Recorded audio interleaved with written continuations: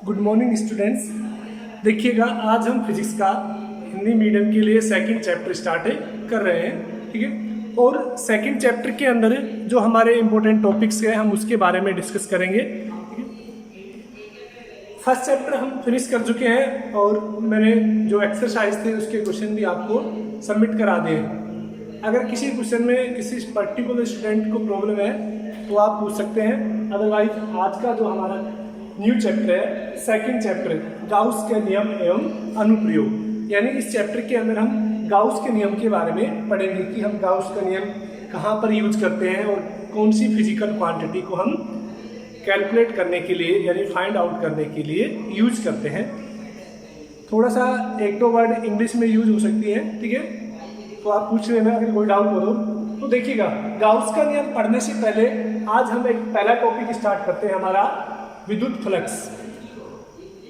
जो टॉपिक है वो कौन सा है? विद्युत फ्लक्स, यानी इसको हिंदी में इंग्लिश में बोलते हैं हम इलेक्ट्रिक फ्लक्स। देखिएगा, विद्युत फ्लक्स क्या होता है। अगर मैं सिंपल सी लैंग्वेज में, अगर सिंपल भाषा में अगर मैं लिखूं इसकी डेफिनेशन, तो क्या होता है कि किसी क्षेत्रफल से गुजरने वाली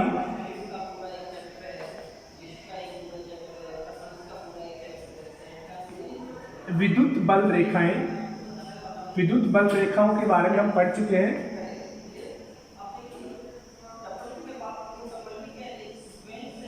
विद्युत बल रेखाओं की संख्या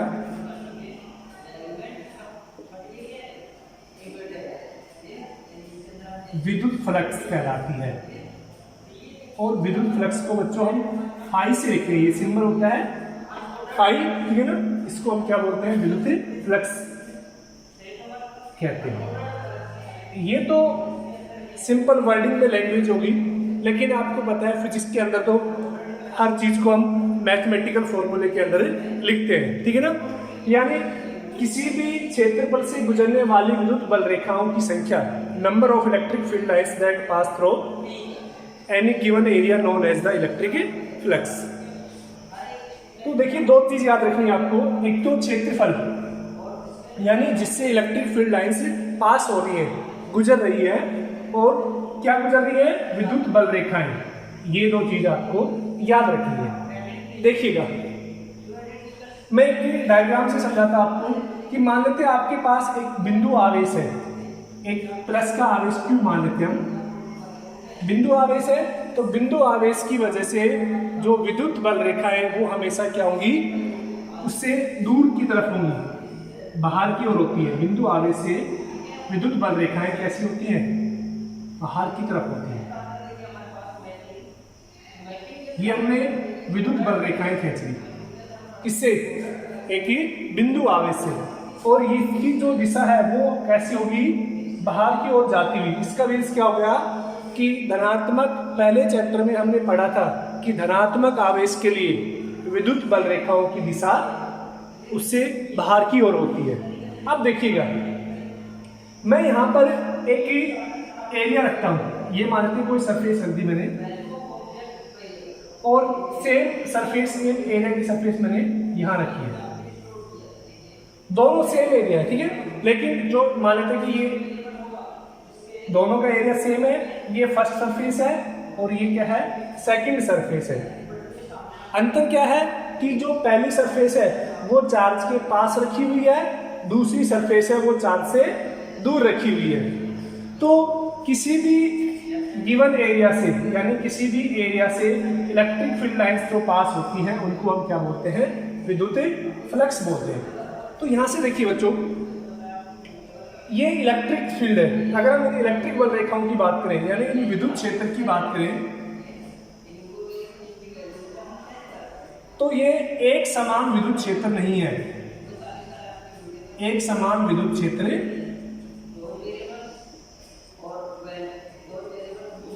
क्यों नहीं है? एक समान विद्युत क्षेत्र, ठीक है ना।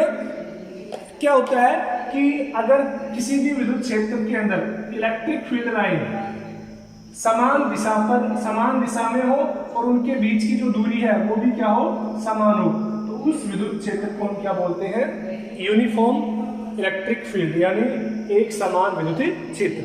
यहाँ पर देखिएगा, अगर हम इस क्षेत्रफल की बात करें, इस क्षेत्रफल से 3 विद्युत रेखाएं पास हो रही है, ठीक है ना।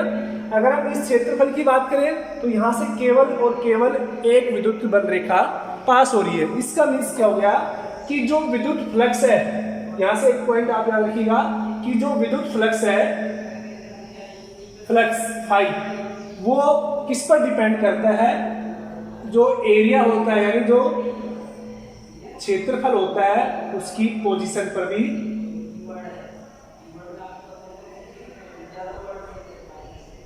भी क्या करता है, डिपेंड करता है। अब देखिएगा, हम मैथमेटिकल बात करें कि यहां तक हो गया, आपको ये वाला नहीं लिखना है अभी, विद्युत बल रेखाओं की संख्या होती है, उसको क्या बोलते हैं, विद्युत फ्लक्स कहते हैं। कैसे देखिएगा, मान लेते हैं कि आपके पास एक ही कोई क्षेत्र है जिसका एरिया कितना है, एस मान लेते हैं, आप ए भी मान सकते हैं और एस भी मान सकते हैं। मान लेते हैं कि ये एक समान विद्युत क्षेत्र है। एक समान विद्युत क्षेत्र क्या होता है, जिसके अंदर विद्युत बल रेखाएं एक दूसरे से समान दूरी पर स्थित होती हैं, उसको हम क्या बोलते हैं, एक समान विद्युत क्षेत्र। विद्युत क्षेत्र को बच्चों ई से लिखते हैं। तो ये मान लेते हैं कि एक समान विद्युत क्षेत्र है। अब इसके अंदर हम एक सरफेस रख देते हैं, ये हमने एक सरफेस रख दी, तो जो फ्लक्स फाई है वो किसके बराबर होगा, ई डॉट एस। ई डॉट एस क्या है, ई क्या है, इलेक्ट्रिक फील्ड, और एस क्या है, एरिया, यानी किसी भी एरिया से गुजरने वाली विद्युत बल रेखाओं की संख्या कहलाती है, विद्युत फ्लक्स कहलाती है, ठीक है। अगर हम देखिएगा इसको, अगर हम और आगे लिखें तो फाई इक्वल टू क्या हो जाएगा, जब भी डॉट लगता है तो यहाँ पर क्या आएगा, ई एस कोस थीटा।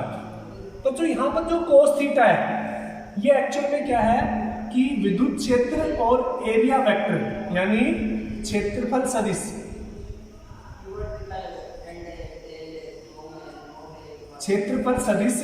और विद्युत क्षेत्र के बीच का क्या है, कोण होता है।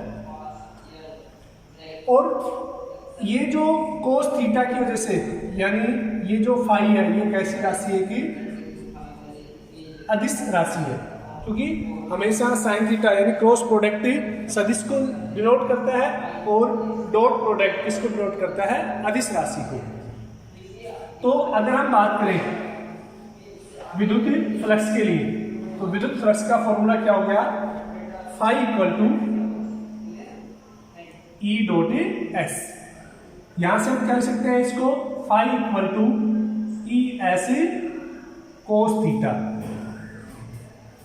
ये हो गया, ठीक है ना। यहां से देखिएगा, मैं लिख देता हूं यहां पर, यहां ई बराबर क्या है, विद्युत क्षेत्र, और एस बराबर क्या है,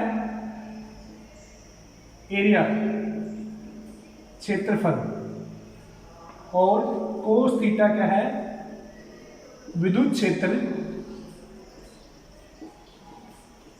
तथा क्षेत्रफल सदिश के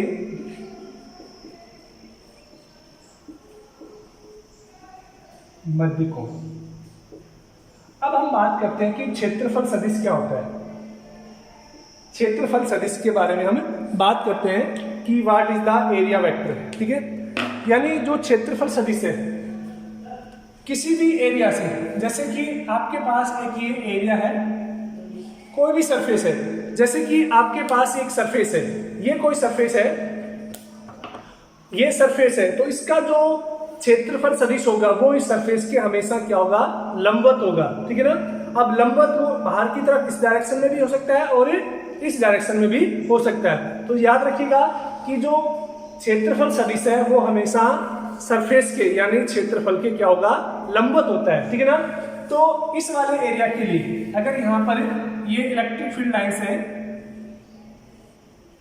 इन इलेक्ट्रिक फील्ड लाइंस के अंदर अगर कोई भी एक सदिश क्षेत्रफल रखा हुआ है, तो इसका जो क्षेत्रफल सदिश है वो किस दिशा में होगा, इसी दिशा में। यानी अगर क्षेत्रफल यानी एरिया 90 डिग्री पर है, इसके साथ इलेक्ट्रिक फील्ड के साथ, तो जो क्षेत्रफल सदिश है वो क्या कितने डिग्री पर हो जाएगा, 0 डिग्री पर, यानी पैरेलल हो जाएगा, ठीक है ना।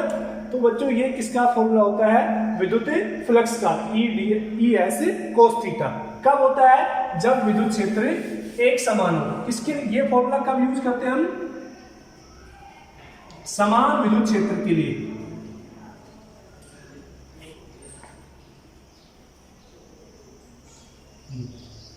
अगर हमें असमान विद्युत क्षेत्र है, ठीक है ना, असमान विद्युत क्षेत्र के लिए क्या होगा,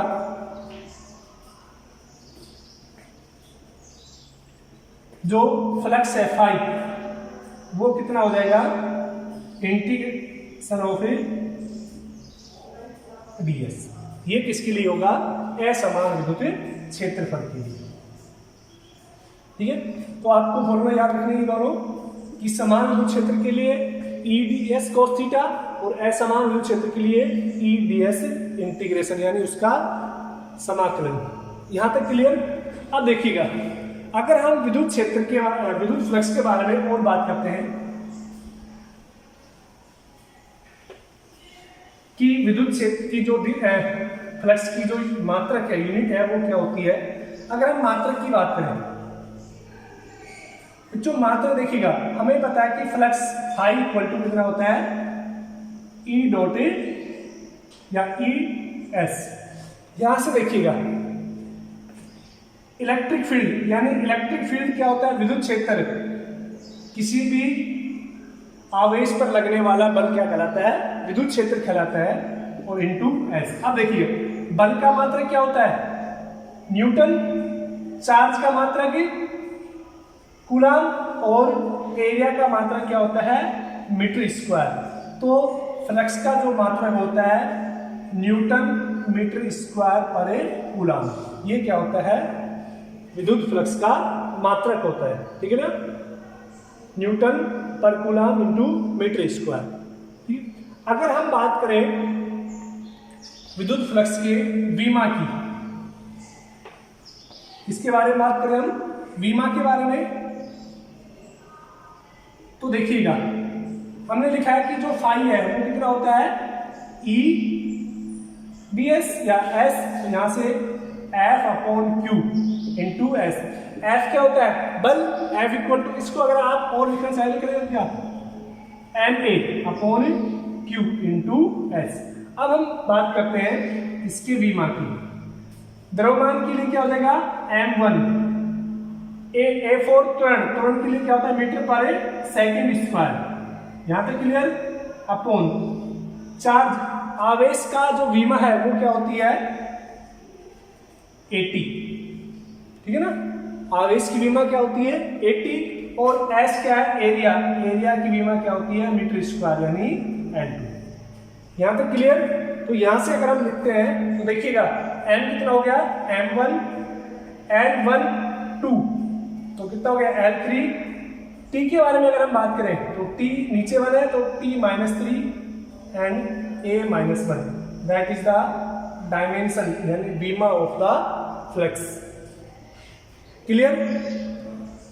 अब देखिएगा यहां से एक दो क्वेश्चन देख लेते हैं हम। बस आपको जानना है कि जो एरिया वेक्टर है वो किस दिशा में होना चाहिए, इलेक्ट्रिक फील्ड की साथ, ठीक है ना। अब देखिएगा इसी फॉर्मूले से हम एक दो बात को करते हैं। First case, first when plane perpendicular with electric field, जब प्लेन इलेक्ट्रिक फील्ड के परपेंडिकुलर है तो उस केस में जो थीटा है वो कितना हो जाएगा, 0 डिग्री। थीटा कौन सा, विद्युत क्षेत्रफल का, क्षेत्रफल सदिश के लिए थीटा कितना हो जाएगा, 0 डिग्री। तो वहां से जो फाई है वो कितना हो जाएगा, ई एस कोस 0, यानी वो फाई है वो कितना होगा, मैक्सिमम होगा कब, ई एस, जब थीटा कितना होता है 0 डिग्री। देखिएगा वापस से, अगर इलेक्ट्रिक फील्ड लाइंस ऐसे पास हो रही है, अगर हम बात करें इलेक्ट्रिक फील्ड लाइंस इस डायरेक्शन से और इस डायरेक्शन में जा रही है, अगर हमने सरफेस को उसके बिल्कुल परपेंडिकुलर रखा हुआ है तो मैक्सिमम इलेक्ट्रिक फील्ड लाइंस क्या होंगी, उसको इंटरसेक्ट करेंगी, यानी उसके अंदर से पास होंगी। अगर हमने सरफेस को इस तरह से रोटेट कर दिया, यानी इलेक्ट्रिक फील्ड लाइंस के पैरेलल कर दिया, ठीक है ना, कि केस सेकंड में when plane parallel with electric field, अगर प्लेन पैरेलल हो जाएगा उस केस में एरिया वेक्टर यानी थीटा है वो कितना हो जाएगा 90 डिग्री हो जाएगा। तो उस केस में जो फ्लक्स है फाई वो कितना हो जाएगा मिनिमम ई एस कोस 90। तो यहाँ से कितना हो जाएगा फाई मिनिमम, कोस 90 की वैल्यू कितनी होती है बच्चों 0। तो उस केस में फ्लक्स की वैल्यू कितनी हो जाएगी 0 हो जाएगी। ठीक है, अब देखिएगा एक दो क्वेश्चन देख लेते हैं हम विद्युत फ्लक्स के बारे में।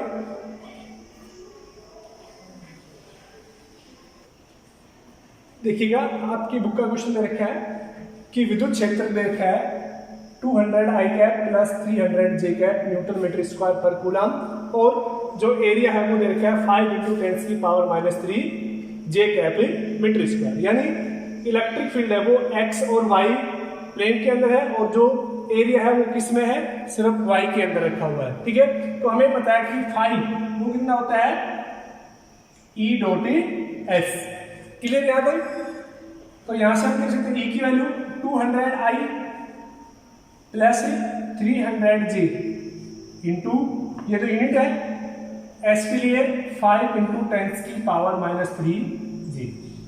अब देखिएगा जब 5 × 10⁻³ इससे मल्टीप्लाई होगी यानी 200 × 5 × 10⁻³ आई डॉट जे प्लस इससे मल्टीप्लाई करेंगे तो 300 × 5 × 10⁻³ J dot J.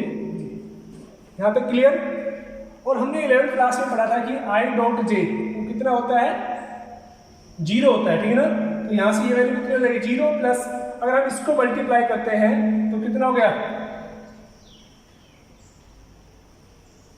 Into 10⁻³ J into जे कितना होता है 1 होता है। ठीक है ना, तो यहां से हम कितना लिख सकते हैं इसको 1.500, ये आपके पास क्या होगा फ्लक्स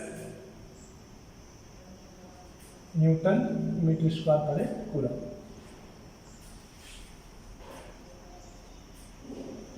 आपको एक क्वेश्चन दे रखा है कि एक वृत्ताकार शीट दे रखी है जिसकी त्रिज्या कितनी दे रखी है आपको 5 सेंटीमीटर। ठीक है ना, तो आपको ध्यान रखना है कि हमेशा मीटर के अंदर SI क्वांटिटी के अंदर जब हम लिखेंगे इसको तो 5 × 10 की पावर कितनी होगी -2 मीटर।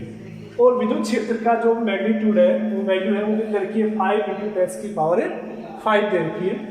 और कह रहा है कि जो शीट है वो विद्युत क्षेत्र के साथ, जो शीट का तल है वो विद्युत क्षेत्र के साथ कितने डिग्री का कोण बना रहा है 30 डिग्री का कोण बना रहा है। देखिएगा मैं इसको समझाता हूं कैसे कि ये मान लेते हैं विद्युत क्षेत्र है, इधर लेते हैं, मान लेते हैं कि ये विद्युत क्षेत्र की दिशा है,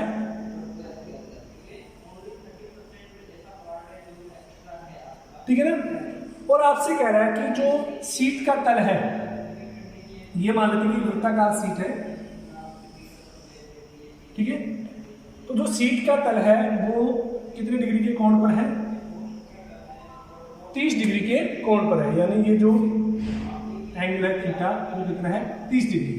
अब देखिएगा हमें पता है कि जो कोण हम लेते हैं वो कौन सा होना चाहिए सदिश का लंबवत, यानी सदिश क्षेत्रफल सदिश होना चाहिए, यानी जो सतह के बिल्कुल लंबवत है। तो देखिएगा ये थीटा 30 है, तो अब अगर हम क्षेत्रफल सदिश ज्ञात करेंगे तो वो कितना हो जाएगा 90 - 30 यानी कितना हो जाएगा 60 डिग्री हो जाएगा। ठीक है, तो ये ध्यान रखना है आपको कि जो थीटा है हमेशा कौन सा कंसीडर करेंगे हम क्षेत्रफल सदिश और विद्युत क्षेत्र के बीच का, ना कि क्षेत्रफल के साथ। तो देखिएगा यहाँ से क्या हो जाएगा, हमें फाई निकाला है तो कितना हो जाएगा E S cos थीटा। तो यहाँ से देखिएगा E कितना है 5 इंटू 10⁵ एस वृत्ताकार सीट है, वृत्ताकार सीट का एरिया कितना हो जाएगा πr² और cos 60, तो 5 इंटू 10⁵ इंटू वृत्ताकार में कितना होगा 14 into 5 into 10⁻⁻² square into cos 60 कितना होता है 1/2। तो बच्चों जब हम इसको कैलकुलेट करेंगे तो वैल्यू कितनी आएगी निकल के, तो ये किसकी वैल्यू होगी फ्लक्स के लिए, ठीक है। इसके बाद देखिएगा हम नेक्स्ट टॉपिक के बारे में बात करते हैं कि जो नेक्स्ट टॉपिक है हमारा वो क्या है, सतत आवेश वितरण।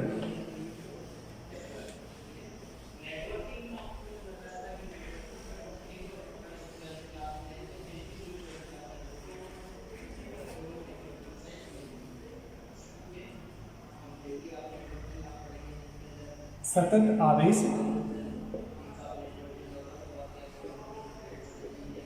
देखिए सतत आवेश वितरण क्या होता है कि अभी तक फर्स्ट चैप्टर में, पहले चैप्टर में हमने क्या पढ़ा था कि आवेश को हम बिंदु आवेश लेते थे, यानी पूरा जो आवेश है वो एक बिंदु पर स्थित होता था।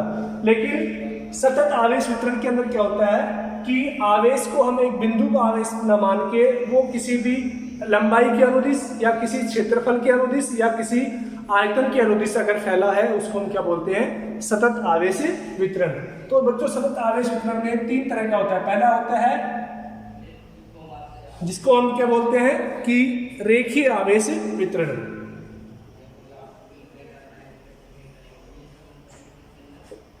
आवेश वितरण, इसको बच्चों लैम्डा से लिखते हैं, इससे लिखते हैं लैम्डा। तो रेखीय आवेश वितरण क्या होता है, मैं यहां पर लिखता हूं, यदि आवेश किसी तार पर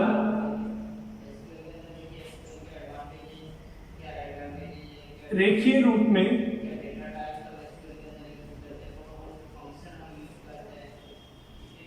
वितरित होता है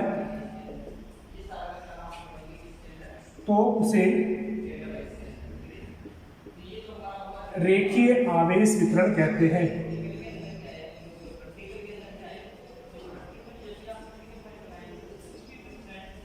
ठीक है ना।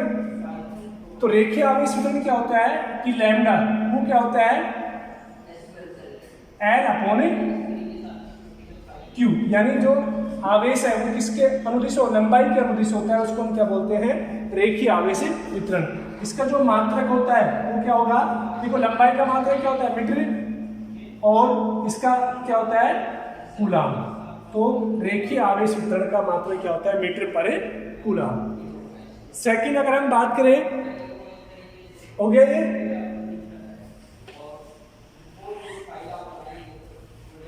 जिसको हम क्या बोलते हैं क्षेत्रफल आवेश वितरण।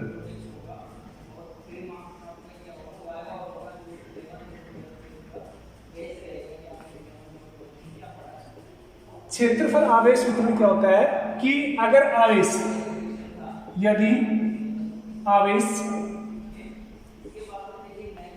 किसी क्षेत्रफल पर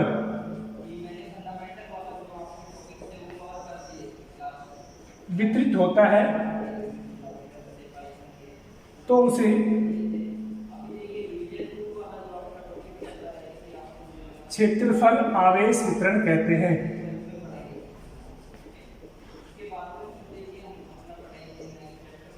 ठीक है ना। और क्षेत्रफल आवेश वितरण को हम किससे लिखते हैं, सिग्मा से लिखते हैं, यानी क्षेत्रफल बटे आवेश, यानी A/Q।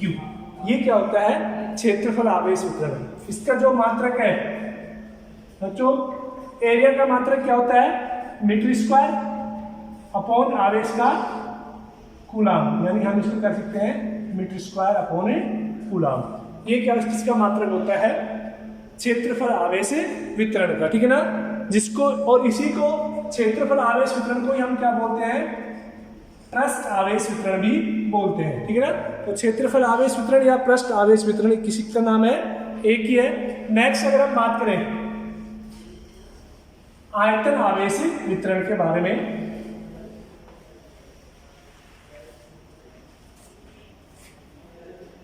थर्ड आयतन आवेश वितरण। देखिएगा, आयतन आवेश वितरण मीन्स यदि कुल आवेश किसी आयतन पर वितरित होता है उसे आयतन आवेश वितरण कहते हैं। ठीक है, अब देखिए आयतन आवेश वितरण यानी इसको हम किससे लिखते हैं, रो से लिखते हैं। तो रो बराबर क्या होता है, आयतन बटे आवेश। तो यहां से कितना होगा, आयतन का मान, आयतन को हम किससे लिखते हैं, v से, और आवेश को कूलाम से। ठीक है, आवेश का जो मात्रक है इसका, आयतन आवेश का मात्रक कितना हो जाएगा, आयतन का मात्रक क्या होता है, मीटर क्यूब अपॉन कूलाम। ठीक है, आज के लिए इतना ही। तो आई होप आपको समझ में आया होगा। तो एक बार फिर पढ़ना गाउस के नियम से पहले कि विद्युत फ्लक्स क्या होता है और आवेश वितरण कितने प्रकार का होता है। Thank you.